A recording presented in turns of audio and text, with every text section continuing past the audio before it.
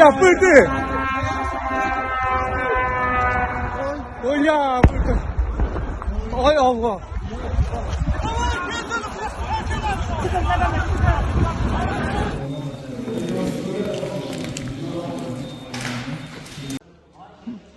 Dağıntıların olduğunu müşahidə edirik. Paneller tökülüb. Adam olmuyor. İlkin informasiyaya göre 2 nəfər xəsarət alıb və təkcə bu hissə yox, zəhmət olmasa digər tərəfdə göstərir. Digər tərəfdə yəni giriş hissədə.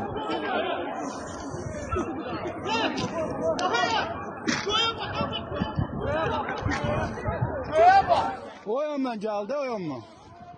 Ben de deyirəm, bak.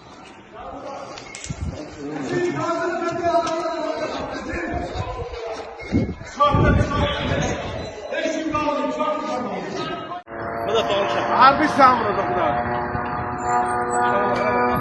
O da yetişe ya. Harbisi. Harbi samurda. Çok bağlı bu. Sadım